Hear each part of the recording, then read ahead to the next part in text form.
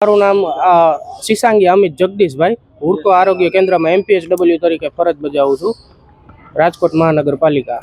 પાણીના સેમ્પલ આજ લેવામાં આવ્યા છે, શું વિગત છે કઈ?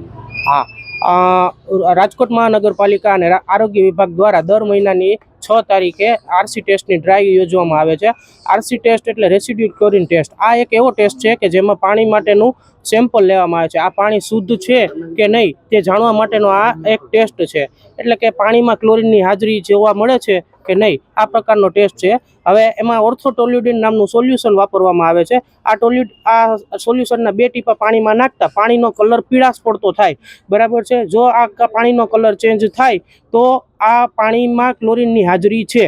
જો આ ટીપા નાખતા પાણીનો કલર ચેન્જ ન થાય અને જે પાણી નોર્મલ આપણે જેવું પી છીએ એવું જ પાણી લાગે તો તેનો મતલબ એમ થાય આ ટીપા નાખતા પણ પાણીનો કલર ચેન્જ નથી થતો, તો તેનો મતલબ એમ છે કે આ ટેસ્ટ નેગેટિવ આવ્યો, બરાબર. જો નેગેટિવ આવે આ ટેસ્ટ, બરાબર છે, અને એવું પાણી જો લોકો પીવે તો તેનાથી ટાઇફોઇડ, મરડો, કોલેરા આવા જેવા અનેક પ્રકારના રોગો થાય છે. અને આ રોગો ન થાય એટલા માટે રાજકોટ મહાનગરપાલિકા દ્વારા આ ક્લોરિન નાખવામાં આવે છે, બરાબર છે. કયા વિસ્તારની અંદર અને કેટલા ઘરમાં ચેકિંગ કર્યું? અત્યારે અમે કિરણનગર, હુડકો આરોગ્ય, આપણે હુડકો B, હુડકો A એવા અલગ અલગ વિસ્તારમાં આ જે ટેસ્ટ પાણીના સમયે જ કરવામાં આવે છે. આ ટેસ્ટ છે એ જ્યારે પાણી આવે ત્યારે જ ટેસ્ટ કરવામાં આવે છે. સવારના પણ અમારે શ્રદ્ધા પાર્ક, સુખરામ એવા અલગ અલગ વિસ્તારમાં જ્યાં વહેલી સવારે 3-4 વાગ્યામાં પાણી આવે છે તો ત્યાં પણ અમે લોકોએ ટેસ્ટ કરેલા. એટલે રોજ 6 તારીખ એટલે દર મહિનાની 6 તારીખે આ પ્રકારની ડ્રાઈવ યોજવામાં આવે છે. અત્યાર સુધીમાં કોઈ નેગેટિવ મળ્યા કે